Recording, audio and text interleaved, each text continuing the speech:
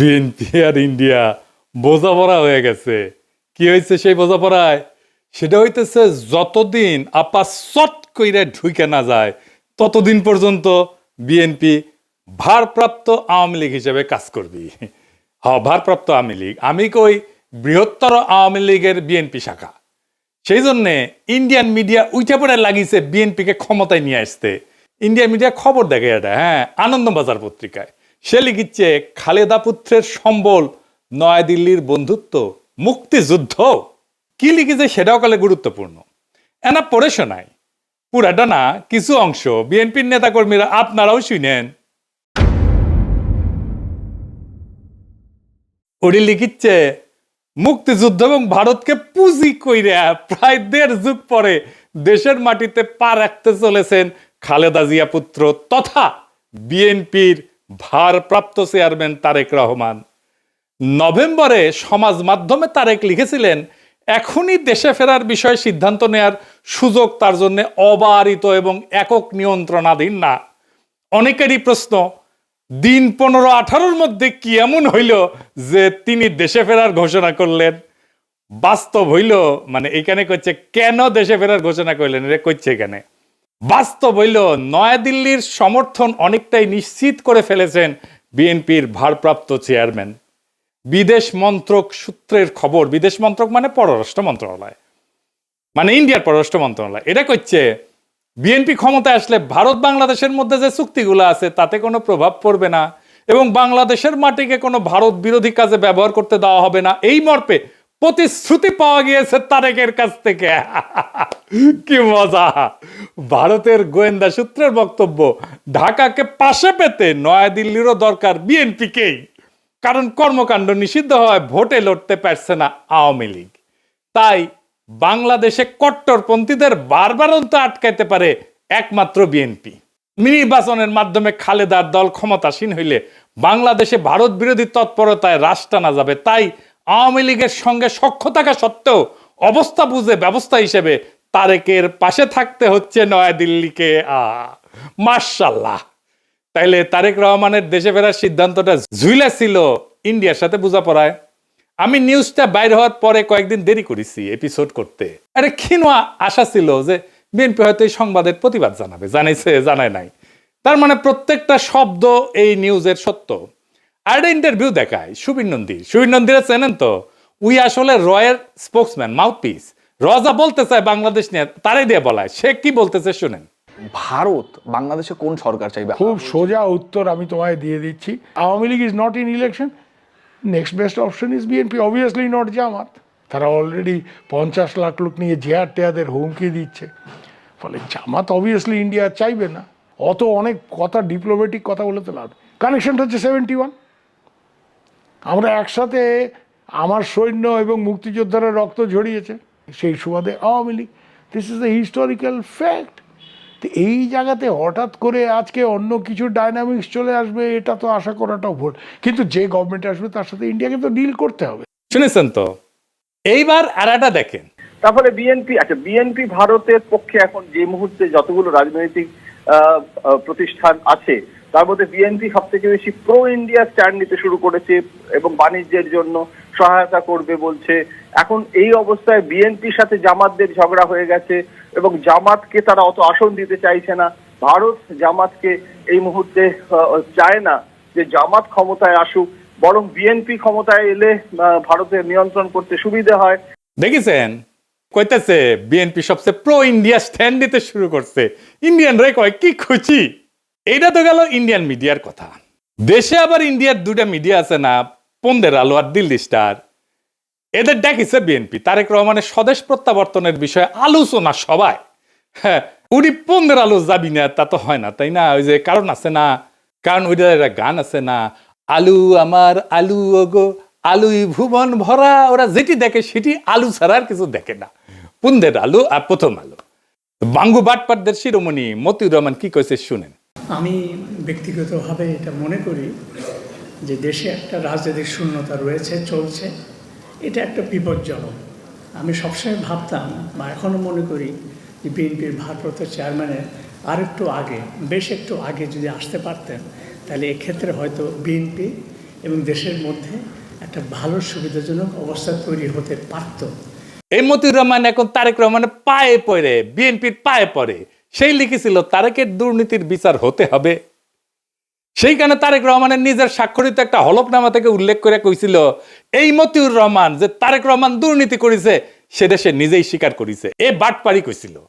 আবার ওই মামলা থেকে তারেক রহমান খালাস পেলে আবার প্রথম আলোয় লিখেছিল নৈতিকভাবে তারেকও দণ্ডিত। খালাস পেলে কি হয়েছে, তুই নৈতিকভাবে দণ্ডিত, বুঝছাও।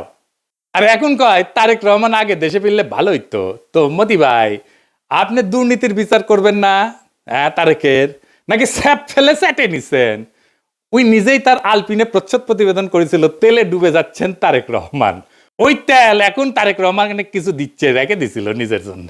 তো প্রথম আলো যে বিএনপি কি পরিমাণে ভালোবাসে, ভালোবাসা যে কত সেটা একটু দেখি। হ্যাঁ, আসেন। লিখিচ্ছে বগুড়ায় তারেককে ঘিরে আছে খুন সন্ত্রাসে জড়িত নেতাকর্মীরা। মতিউর রহমান এখন শিওর, এখন আর খুন সন্ত্রাসে জড়িত নেতাকর্মীরা তারেক রহমানকে ঘিরে থাকবে না। গ্রেনেড হামলা মামলা নিয়ে করছে তাজউদ্দিনকে পাকিস্তানে পাঠায় ডিজিএফআই। জানতেন খালেদার সম্মতিতে বসুন্ধরার কাছে 100 কোটি টাকা চাইছিলেন তারেক। জিজ্ঞাসাবাদে বাবর তো মতি ভাই কয় টাকা দিছে আপনার? সাব্বির খুনের ঘটনা চাপা দিতে আপোস রফা। তারেকের স্বেচ্ছাচারিতার অনেক নজির বগুড়ায়, ওগুলো কি উঠে গেছে? আচ্ছা, তারেক কি হিসাবে বগুড়ায় এত উদ্বোধন স্থাপন করছেন? আরো লাগবে, ওর পায়ে পড়তেও সময় লাগে না, ধাক্কা দিয়ে ফেলাই দিতেও সময় লাগে না। মূল উদ্দেশ্য হচ্ছে টিকে থাকা, যেন তেন প্রকারে টিকে থাকা। তো এইগুলো কি জার্নালিজম, বস্তুনিষ্ঠ সাংবাদিকতা? এই নিউজগুলো যদি সত্য হয় তাহলে মতিউর রহমানের কি তারেক রহমানের প্রত্যাবর্তনে মিটিং এ যায় তারেক রহমানকে দেশে কেন আসলো না সেই নিয়ে কান্নাকাটি করা যায়? নৈতিকভাবে এটা জায়েজ, এথিক্যালি উচিত এইটা? হাদি গুলি খাওয়ার পরে শিরোনাম করেছিল তফসিলের পরের দিন প্রার্থী গুলিবিদ্ধ। হাদির নামটা পর্যন্ত লেখে নাই। এতই ঘৃণা একজন মাদ্রাসা পড়ুয়া তরুণ প্রতিশ্রুতিশীল রাজনৈতিক নেতার প্রতি। এই যে প্রথম আলোর মজলুম ঘৃণা আর তেলা মাথায় তেল দেওয়া, এটা কি বার্তা দেয়? বার্তা দেয় এটাই যে আপনি শক্তের ভক্ত, নরমের জম। তাইলে তো আপনার সাথে গায়ের জোর দেখাবেই মানুষ, গায়ের জোরেই কথা কবে মানুষ। আরেক মাল আছে মাহফুজানন্দ প্রভুপাদ, সে কয় 53 বছরে নাকি সংবাদ মাধ্যমে আগুন দেওয়া হয়নি, ওই চান্দের দেশে আসিল। বাংলাদেশের 53 বছর বয়সে কোনো মিডিয়ার অফিস আগুন জ্বালানো হয় নাই। হ্যাঁ, 2013 সালের 12 ফেব্রুয়ারি দৈনিক নয়া দিগন্তের আরামবাগের কার্যালয় হামলা করে আগুন ধরায় দেওয়া হয়েছিল। তুই তো দমে দমে মিছা কথা কয়। ওই আগুনে পোড়ার পরে পত্রিকা বাইট করিছে, লিখিছে আনবাউড, মানে হইতেছে মাথা নত করে না। বাহ, প্রচুর সাহস। আসেন তার একটা ক্লিপ দেখি বেনজিরকে নিয়ে। বেনজিরের ভয়ে নাকি ওই কাঁপিচ্ছিল, শুনেন। আমরা কিন্তু এই যে আইজিপি বেনজিরের যে তার যে কুকর্ম আমরা কিন্তু মিডিয়াতে জানতাম, কিন্তু রিপোর্ট করতে সাহস পাইনি। আপনি হয়তো কিছু করতেন না, সরকার হয়তো কিছু করতো না, বাট ওই ধরনের একটা পাওয়ারফুল আইজিপি সে তো একটা সাংবাদিকরা কি না করতে পারত। শুনিছেন কত বড় সাহস? মাইনে নিলাম যে ওই ভিতু, তো তাইলে কি ওই পত্রিকার স্লোগানে journalism without fear or favour লেখার নৈতিক অধিকার আছে? মানে মাহফুজা নাম, আপনার লজ্জা নাই? আপনি তরুণদের কি শিখাইতেছেন? আপনার লজ্জা লাগে না এত ভণ্ডামি করতে? ভণ্ডামির তো মাত্রা আছে। আবার ক্রিটিক্যাল জার্নালিজম করার কথা কয়। ক্রিটিক্যাল জার্নালিজম বুঝে ডিজিএফ এর সাথে আন্ডারস্ট্যান্ডিং করে জার্নালিজম করেছে। এই যে তাসনিম কলিলি কয়ে দিছে ডিজিএফ এর দেওয়া নিউজ ভেরিফাই না করে ছাপাইছে, আবার পরে স্বীকারও করেছে এটা তো ভুল ছিল। তুমি যদি আমাকে জিজ্ঞেস করো আমার সাংবাদিক জীবনে, এডিটরের জীবনে ওটা হচ্ছে একটা বিরাট ভুল। আমি ভুল করেছি। ওই সময় ডিজিএফআই এর দেওয়া নিউজ আমার ছাপানো উচিত হয়নি। ইট ওয়াজ এ ব্যাড এডিটোরিয়াল জাজমেন্ট। আমি ভুল করেছি। শুনেছেন, আমি কইছিলাম এই ডেইলি স্টারের জার্নালিজম নিয়ে 100 ঘন্টার এপিসোড করা যায়। গতকাল আমি একটা পুরানা ভিডিও দিছি, দেখেছেন না সবাই? অনেক দিন তো হইল। জবাব দিছে ডেইলি স্টার, আমার উত্থাপিত প্রশ্নের জবাব দিছে নাকি এরা জবাব দিয়ে তার ঊর্ধ্বে মিডিয়া? এরা সার্বভৌম একটা অথরিটি হইছে, সবকিছুর ঊর্ধ্বে, ওরা কেউ প্রশ্ন করতে পারবে না। তো আসলে আসেন, এই যে দুইটা গণমাধ্যম, এই যে দুইটা প্রথম পন্দের আলো আর দিল্লি স্টার, এটা কি গণমাধ্যম? গণমাধ্যমের ভূমিকা বুঝতে হলে আমাদের দুইটা জিনিস বুঝতে হবে, ট্রুথ এবং ফ্যাক্টস।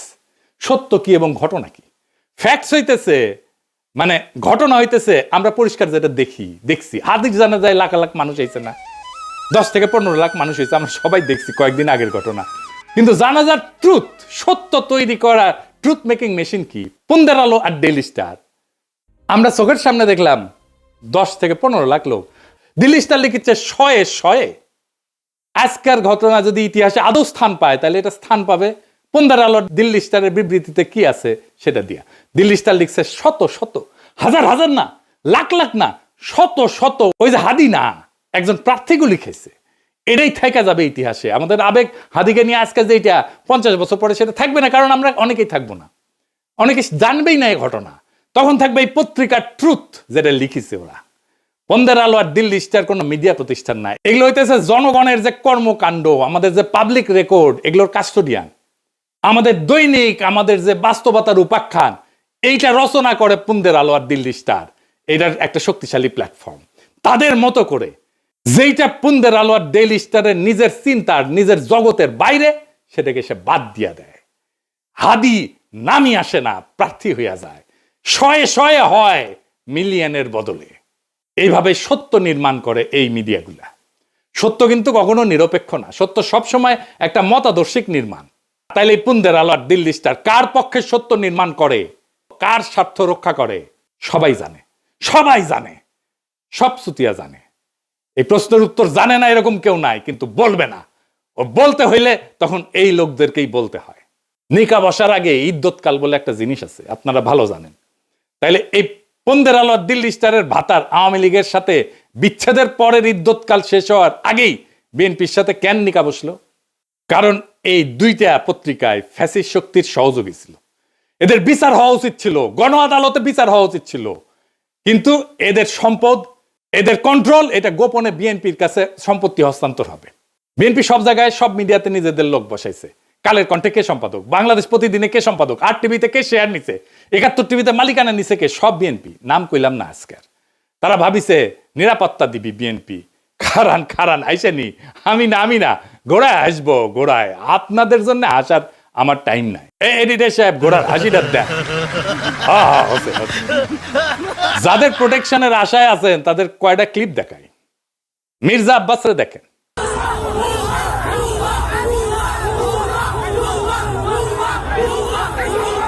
দেখেছেন ভুয়া স্লোগান তারে দেখা। এবার দেখেন হাদির জানাজায় সালাউদ্দিন সাহেব গেছে, তারে কি বলে পাবলিকে।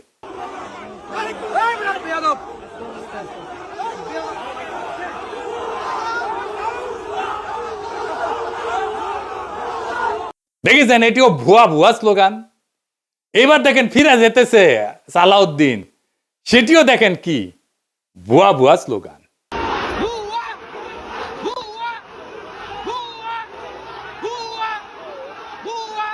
মির্জা ফখরুল চালাক মানুষ, জানাজার আগে কইছে আমি অসুস্থ, আমি যাবো না। সত্যি অসুস্থ কিনা আল্লাহ জানেন। বিএনপি শীর্ষ নেতাদের প্রতি জনগণের অনাস্থা আর অশ্রদ্ধা কোন জায়গায় গেছে দেখেন। এরা ইলেকশনে জিতবে কি মনে হয় আপনাদের? এই অন্তর্বর্তীকালীন সরকার গণমাধ্যমগুলোর ফ্যাসিস্ট ভূমিকা এবং তাদের নেতৃত্ব প্রদানকারী চরিত্রগুলোকে বিচারের আওতায় আনতে ব্যর্থ হয়েছে। শুধু ব্যর্থ হয় নাই, তাদেরকে আশ্রয় দিছে, প্রোটেকশন দিছে, তাদেরকে এম্পাওয়ার করছে। প্রফেসর ইউনূস ডেকে এদের সাথে বসে কথা বলে, সাক্ষাৎকার দেয়। এই কারণেই জনতা শাস্তি দেওয়ার কাজটা নিজেদের হাতে তুলে নিতে বাধ্য হয়েছে। হাদির জানাজা প্রমাণ করছে জুলাইয়ের আগুন নেভে নাই, বিপ্লবী ছাত্র জনতা ঘরে ফিরে যায় নাই। জুলাই বিপ্লবকে এই জন্য হয়েছিল যে এক ফ্যাসিস্ট শাসকের জায়গায় আর একটা ভারপ্রাপ্ত ফ্যাসিজম বসবে। আওয়ামী লীগের জায়গায় ভারপ্রাপ্ত আওয়ামী লীগ হয়ে বসবে বিএনপি, যার গ্যারান্টার হবে নয়াদিল্লি। সেই জন্য তো হয় নাই। কিন্তু বিএনপি কি করলো? তারা বিপ্লবের আগুনকে নেগোসিয়েশনের কয়লায় ফেলে দিল, ক্ষমতার কয়লায় ফেলে দিল। তারা ছাত্র জনতার রক্তকে জিও পলিটিক্যাল কারেন্সি বানালো। এইটাতে বিএনপি শেষ হয়ে যাবে। এই দেশের মানুষ একটা জিনিস সহ্য করতে পারে না, সেটা হইতেছে বেইমানি। বিএনপি জনতার সাথে, শহীদের রক্তের সাথে বেইমানি করছে, বিপ্লবের সাথে বেইমানি করছে। আওয়ামী লীগ ক্ষমতায় ছিল ইন্ডিয়ার জোরে, এখন বিএনপি ক্ষমতায় আসতে চায় ইন্ডিয়ার সাথে বোঝাপড়ায়। দুইটারই একই রোগ, শুধু উপসর্গ বদলাইছে। আর মানুষ সেটা বুঝে গেছে। হাদির জানাজায় প্রমাণ করছে জুলাইয়ের আগুন নেবে নাই, ছাত্র জনতা ঘরে ফিরে যায় নাই। ওরা কাউকে ম্যান্ডেট দেয় নাই, না ভারতকে, না বিএনপিকে, না মিডিয়ার সত্য বানানোর মেশিনকে। এই কারণেই কইতেছি বিএনপির পরাজয় আসবে ভোটের দিন না, পরাজয় শুরু হয়ে গেছে নৈতিক জায়গা থেকে। যেই দল বিপ্লবের সঙ্গে বিশ্বাসঘাতকতা করে সেই দল ক্ষমতায় যাবে না, গেলেও টিকে থাকতে পারবে না। ক্ষমতায় যাক বা না যাক, ইতিহাস তাকে ক্ষমা করবে না। জুলাই কোনো ইন্টারভেল না, জুলাই কোনো সিনেমা না, জুলাই কোনো পিকনিক না, জুলাই কোনো দর কষাকষির বিরতি না। জুলাই ছিল এবং থাকবে ভারতের সাথে বোঝাপড়া আর দেশি ফ্যাসিজম, দুইটার বিরুদ্ধেই জুলাই জিন্দা থাকবে। এই সত্য যতদিন থাকবে ততদিন বিএনপির এই বোঝাপড়াই তাদের সবচেয়ে বড় রাজনৈতিক আত্মঘাতী সিদ্ধান্ত হয়ে থাকবে। পরাজয় শুরু হয়েছে, ওই বিশ্বাসঘাতকতার দিন থেকে পরাজয় শুরু হয়েছে। জুলাই শেষ হয় নাই। জুলাই বিশ্বাসঘাতক কাউকে ক্ষমা করবে না। ইনকিলাব জিন্দাবাদ।